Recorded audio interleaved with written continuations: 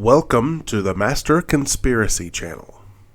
I created this channel as a place for like-minded people to gather and share ideas. I will be giving my interpretations on many different conspiracy theories and issues that are facing us today. These theories might turn out to be incorrect, or they might just have some weight to the matter. Regardless, thank you for taking your time out of your day to listen. If you like what you hear, then please smash that subscribe button and the notification bell so that you can stay up to date with my latest findings. Please sit back and relax as we search for the Master Conspiracy.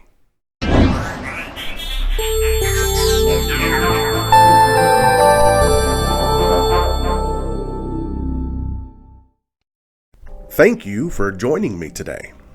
I feel honored that you have taken a little time out of your busy day to hear what I have to say. If you like this video, please click the thumbs up icon at the bottom of this video so I know that you appreciate my views on this subject. Today, I will be discussing the RFID conspiracy and what it means to all of us. Beliefs of the RFID originated with the UPC barcode. Before I dive into the RFID conspiracy, let's look at UPC, or Universal Parcel Codes, first, as the RFID issue actually begins with UPCs. This is a Universal Parcel Code, or UPC for short. You will find these on any product that is sold or manufactured for use in the United States today. It was believed originally that the UPC was being used as a code for 666, the sign and number of the devil. Let's dive into that a bit, shall we? Here is a copy of a UPC code. And here are the sections in question.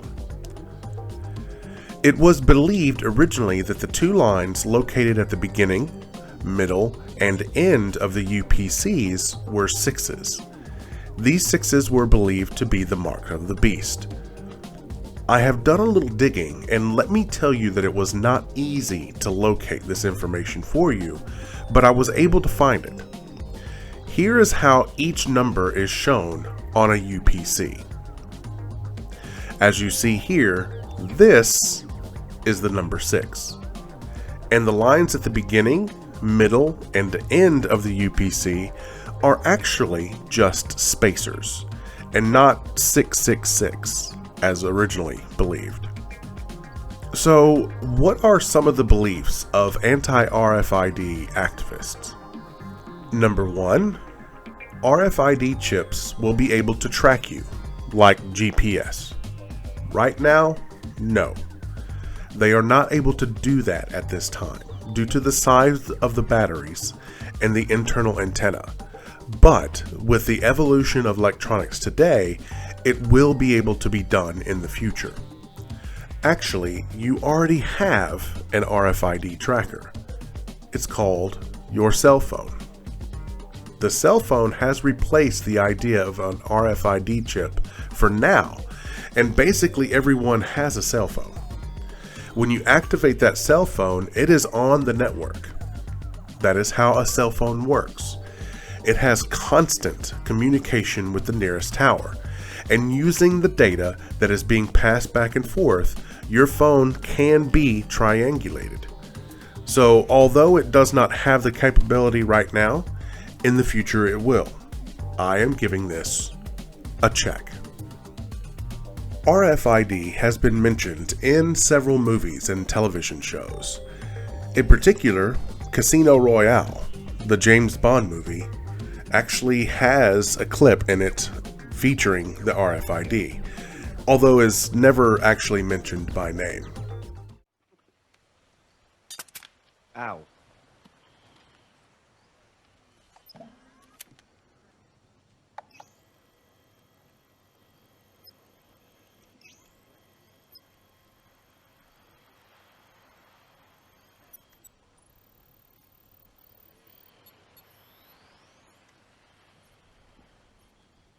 So you can keep an eye on me? Yes. Early in the film, M, from Her Majesty's Secret Service, has Bond injected with a glass-enclosed, rice-sized chip. After being injected, he states, "So you can keep an eye on me?" And M says, "Yes." Let's look at another example. Elon Musk started Neuralink in 2016, and it is quite scary. I used to like Elon Musk, but after seeing this video, I am now starting to think differently. I have a couple of clips of Elon here that I think that we should take a look at. And all this will occur, actually, I think quite slowly. So I do want to emphasize that it's not going to be like suddenly Neuralink will have this incredible neural ace and start taking over people's brains. Okay. It will take a long time. So you'll see it coming. So getting FDA approval for implantable or devices of any kind is quite difficult, and this will be a slow process where we will gradually increase the issues that we solve until ultimately we can do a full brain-machine interface. In the first clip, Elon is talking about the length of time that all of this will occur. He does say one key thing here. It will take a long time, and you will see it coming. Interesting. Are you aware of how a magician works? A magician will have everyone look one way, while something else happens elsewhere. Let's take a look at the second clip that I have picked out for us today. Achieve a sort of symbiosis with artificial intelligence. So, but this is not a mandatory thing. This is a thing that you can choose to have if you want. And this is something I think that's going to be really important at a civilization level scale. So, and I've said a lot about AI over the years, but I think even in a benign AI scenario, we will be left behind. In this second clip, Elon is talking about how you can choose to merge with AI, but failure to do so will cause you to fall behind. Later on in the video, someone in the audience asks what the cost offset will be. Elon tells the audience member that the cost of super high intelligence will offset the cost, but even then it will not be that expensive. I cannot understand why people want super intelligence without having to learn something. There's no such thing as a free lunch. It always costs somebody something. And maybe that something will be your humanity. Initially, Neuralink was started as a way to study disease and help humanity. It is now evolving into a way for humans to interact with the world around them. Being able to control everything from the TV, to having the ability to call a loved one without having to pick up a phone, to having a neurosynaptic link to the cloud. All of these sound like really cool things to do. But what happens when someone doesn't like you anymore? What about the hackers all across the globe? What you send out will come back to you, and this is extremely dangerous. Elon chuckles throughout the video in a nervous and mocking way, leading me to believe that he doesn't understand why people don't want to do this. Number 2, RFID chips will be used to buy and sell. This is probable. Anti-conspiracy theorists state that this will not happen. What they fail to recognize is the fact that humans are fallible and will do anything to make life easier. The problem with this is, it will happen. It will be initially brought out as a way to stop thieves from being able to steal your money. And this is an honorable statement. But eventually, it will happen where if someone, also known as the government, wants to deactivate your chip, there is nothing that you can do to stop it. If you take into account Moore's law, then these could be possible in the future. Moore's law states that the number of transistors on a microchip doubles every 2 years, though the cost of computers is halved. Moore's law also states that we can expect the speed and capability of our computers to increase every couple of years, and we will pay less for them. In turn, the computers get smaller and smaller. For example, are you aware that your cell phone today has more computational power than Apollo 11 when it landed on the moon in July 24th, 1969? What about the computer in the movie War Games, Whopper? It stood for War Operation Plan Response. Computers today would absolutely destroy that mainframe. The Whopper spends all its time thinking about World War III. 24 hours a day, 365 days a year, it plays an endless series of war games using all available information on the state of the world.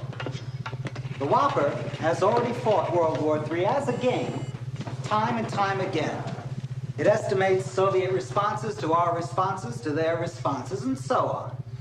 Estimates damage, counts the dead, then it looks for ways to improve its score. But the point is that the key decisions of every conceivable option in a nuclear crisis have already been made by the Whopper. So what you're telling me is that all this trillion-dollar hardware is really at the mercy of those men with the little brass keys. That's exactly right. It is easy to port this to RFID chips. Right now, an average RFID is approximately the length of a quarter, with some being even smaller than that. There are two different types of RFID chips as well, active and passive. Passive RFID, generally speaking, have three main parts: an RFID reader or interrogator, an RFID antenna, and RFID tags. Unlike active RFID, passive RFID tags only have two main components: the tag's antenna and the microchip or integrated circuit. Active RFID systems have three essential parts: a reader or interrogator, antenna, and a tag. Active RFID tags possess their own power source, an internal battery that enables them to have extremely long read ranges, as well as large memory banks. Typically, active RFID tags are powered by a battery that will last between 3 and 5 years. But when the battery fails, the active tag will need to be replaced. As the active tag market matures, replaceable batteries will be at a cost-saving option. The system's functionality depends entirely on the type of tag chosen for the application. The passive RFID chips are of a concern to conspiracy theorists due to the fact that they are the smaller of the two and are usually placed inside the body.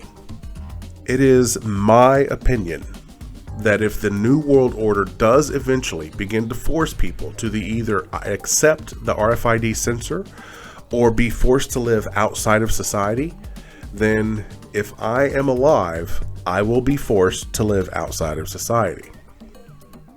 People will also forget what the Bible teaches in Revelation 13 verses 16 and 17. He causes all, both small and great, rich and poor, free and slave, to receive a mark on their right hand or on their foreheads, and that no one may buy or sell except one who has the mark or the name of the beast or the number of his name.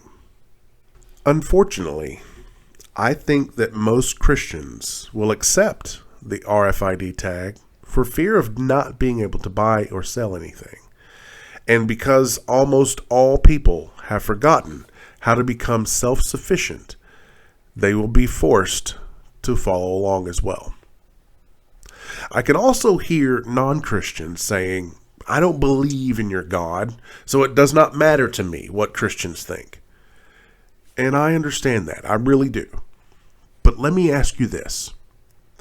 When the RFID chip does eventually become a mainstream thing to do, what would keep the government, and that doesn't just mean the U.S. government either, from turning it off if they so chose? You wouldn't be able to buy anything, you wouldn't be able to travel, and there are some theories that believe that an RFID chip could also have a poison placed inside, so if they wanted to, they could just send a signal and have it rupture. There are so many things that could occur that it is simply bone-chilling to think about. Of all of the conspiracies that are out there, this is one to truly be concerned about. Thank you for watching The Master Conspiracy. If you found my information compelling, then please subscribe to my channel and click the notification bell so you can be alerted whenever I do post a new video. If you enjoyed this video, please click the little thumbs up at the bottom of the screen as well. And once again, as I always say, the truth is out there.